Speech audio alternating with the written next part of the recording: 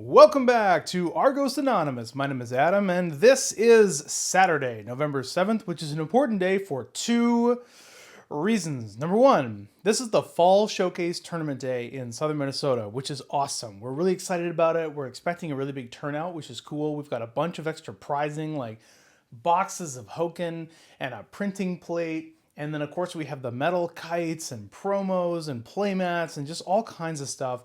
It's going to be really fun. It's going to run all day. So I'm excited for that. But in addition, my loot box came in. So hey, let's just open this up and see what we've got. This is loot box number, let me look over here and count. 1, 2, 3, 4, 5. 5. This is loot box number 5. Wow, time flies, huh?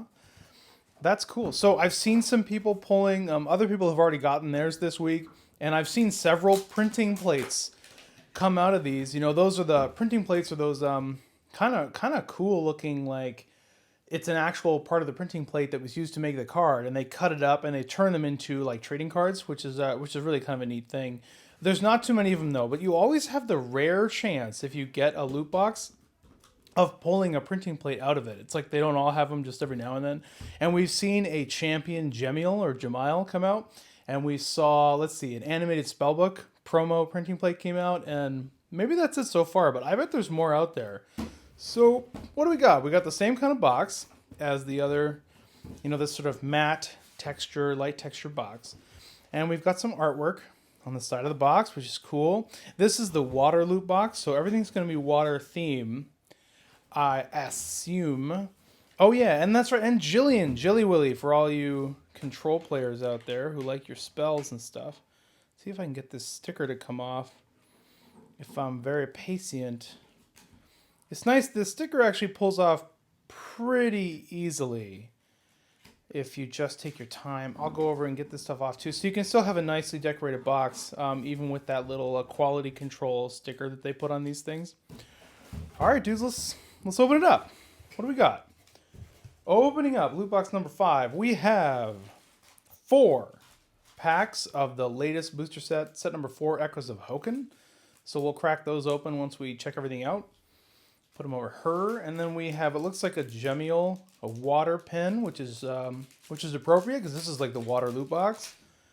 And we have a Fizzy, a Sparkle Bomb Fizzy sticker, which they've been giving us, which is cool. Look at that. It's like a it's like a disco party in here. Boop, boop, boop, boop, boop, boop. Okay, I'm over it. And then what? Oh, look at these LGS packs. This is cool. You never know what you're going to get out of these things. LGS packs might just have a full art promo version of like a common card or a rare card. But they do, every now and then get a champion stamped full art foil, like a From the Vault card, or you can get a serial full art foil or stuff like that. So that's pretty cool. We should definitely open those up and see what we get. And then, these are awesome. So Megan the Gathering in California makes these, I guess I wouldn't call it fan art because it's really good, but she makes these little stickers and they're super awesome. And they've started to come in the loot boxes. So thank you, Argent Saga, for putting those in there, and also Megan the Gathering for putting this great little artwork, little fun stuff out there for us to enjoy. Looks like we got a loot box collection bingo sticker, and we got our water promo. So I'm not I played water when I first started playing the game.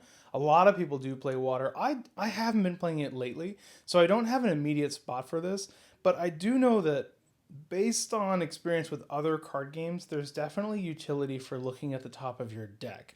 So here we have like a 1-cost instant spell, but you get to look at the top card of your deck and you can put it into the discard zone and draw a card. So basically the card replaces itself. So it's like a scry 1, right? You get to look at the top card of your deck, and then if you want to, you can dump it or you can keep it, which can be helpful, and it replaces itself, so it actually thins your deck as well. So if you want to use it for the utility of searching the top card of your deck and adding to your discard zone, fine. But if you want to use it for the utility of just thinning your deck and increasing the consistency of your combos, you can do that too, which is kind of cool. And then what do we have? Ruler of the Twisting Waters. Yeah, she does look kind of rulery, doesn't she? She's got like an attitude about her, I'd say. Watch out for that one. This is like the kind of girl I'd warn my son about. I'd be like, yeah, you see that girl? Yeah, that's a hard no. Arrive. Target a water spell in your discard zone. This turn you can play that card from your discard zone as if it were in your hand. Oh my god, I forgot it was that. This is really good. There's a lot of powerful water spells, and this lets you recur them. Unlike, unit recursion is all over Argent Saga. Like, just because something dies doesn't mean it's gone in this game.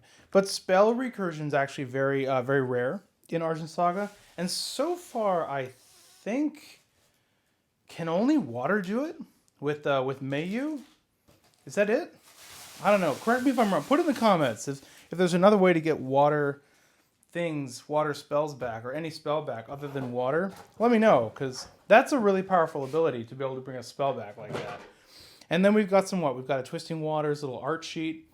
That's cool. And then a participate at your LGS. Go to your LGS and buy cool stuff, I guess. There's that. And what is this? A cereal. Oh, I've heard about. So some of the loot boxes, in addition to some of them randomly having printing plates, some of them have these cereal packs too. So that's cool. I guess we got one of those. They don't all have them. So if you don't get one, you're still getting everything that you bargained for. But I guess every now and then you get a cereal pack. Let's crack it open and see what's up. What do you think? Ash, GZ, Ruka? What do you think? I'm going to guess, gosh, what is it? Rainbow? Cereal pack? Oh, man, I don't know. GZ? Wait, it's in a sleeve. That's different. That's different. When you get these from an LGS, they don't come in a sleeve. Hey, it's a Ruka. Oh, that's cool, man. That's appropriate for what I'm bringing to the showcase today. That's cool, man. This is a really nice looking card. Let's pull it out of the sleeve. Get the full feel of it. Interesting, some of these... So this is also a championship stamped card, and they're both gorgeous. These full art or borderless serial cards, there's theoretically 1,000 of them out there. This is number, can I read it? Number 881 out of 1,000. And I don't know how many championship stamped versions there are, but there are probably significantly less than that. But they're both really nice. I think a championship stamped one just sold on eBay yesterday for I don't know, $18, $19 plus tax, 19 shipped, 20 shipped, 21 shipped, something like that. 19 to 21 shipped plus tax. So that's kind of cool. So you could probably get this for, I don't know, 15, maybe 12, maybe 15, maybe 20. I don't know. Do people like them more or less than the championship stamp? I would think the champ stamps, because they're more rare, will eventually command a premium, but what do I know? And we've got our metal Jilly Willy. That's cool. Black border metal, common metal. It's nice that they're rolling these out. Give people more access to the metile cards. One of the cool components of the Argent Saga card game. This is going to be fun. I don't play Gillian, but I might have to now. I mean, she's really good, right? I mean, she just gets tons of extra card draw. You just reveal the top card. You reveal any number of spells from your hand.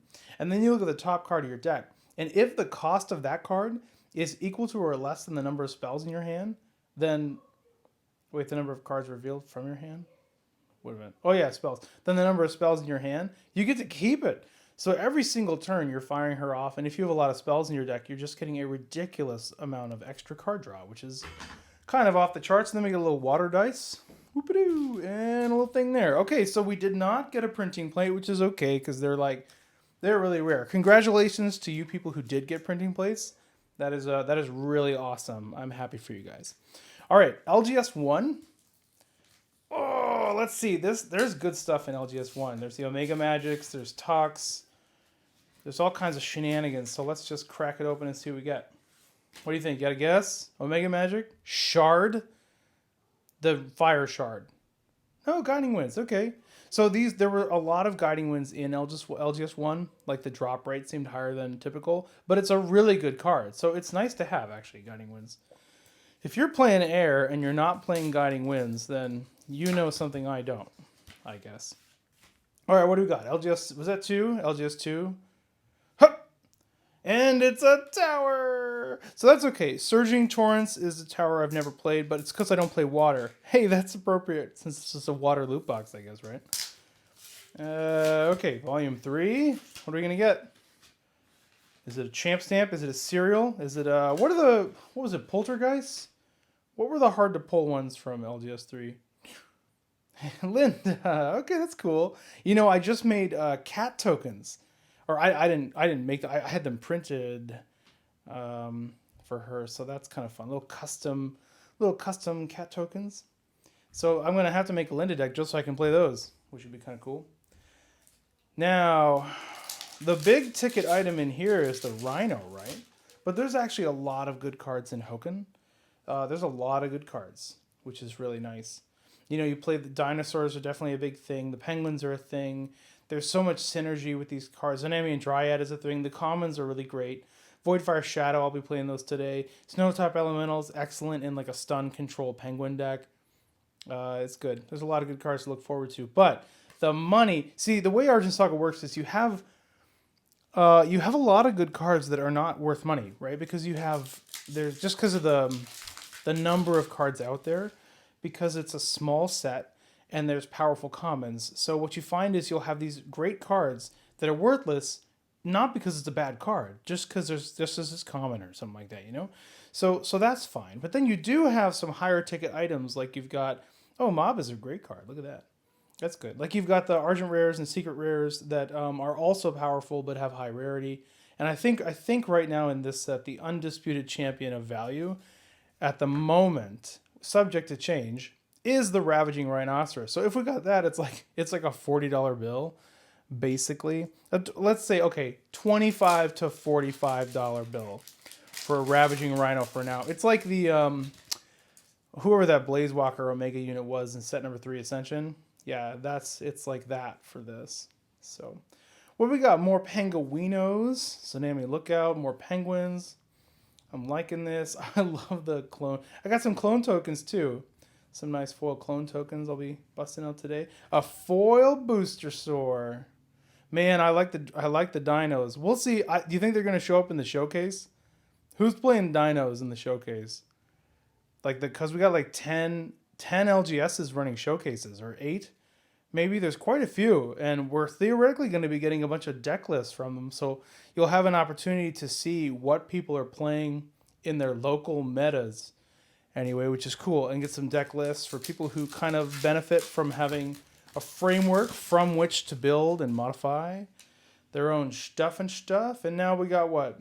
Crushed Beasts, more dinos, a trainee, a Sharpwork Factory, and that's a nice finish. Tyrantus, Primeval Ruler, secret rare from Hokken. This card's crazy. There's a good meme for this. It just says ignore your opponent. So this is a 10 cost legendary dinosaur unit.